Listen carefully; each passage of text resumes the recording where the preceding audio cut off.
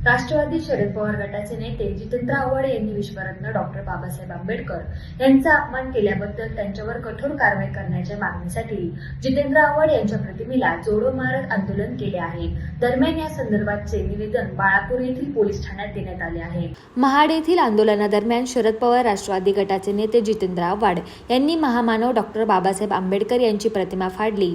ही घटना महामानवाच्या विचारांना कलंकित करणारी असून निषेधार्ह आहे। यामुळे आंबेडकरी समाजासह देशवासियांच्या भावना दुखावल्या असल्याचे निवेदनात म्हटले असून या संदर्भाचे निवेदन कळमनुरी तालुक्यातल्या आखाडा बाळापूर येथील पोलीस स्टेशनमध्ये भारतीय जनता पार्टी तथा शिंदे गटाचे पदाधिकारी यांनी देत आखाडा बाळापूर येथे जोडो मारो आंदोलन केले आहे। या संदर्भात जितेंद्र आव्हाड यांच्यावर गुन्हा दाखल करण्याची मागणी देखील करण्यात आली आहे। यावेळी भारतीय जनता पार्टीचे पदाधिकारी तथा शिंदे गटाचे पदाधिकारी नेते यावेळी उपस्थित होते।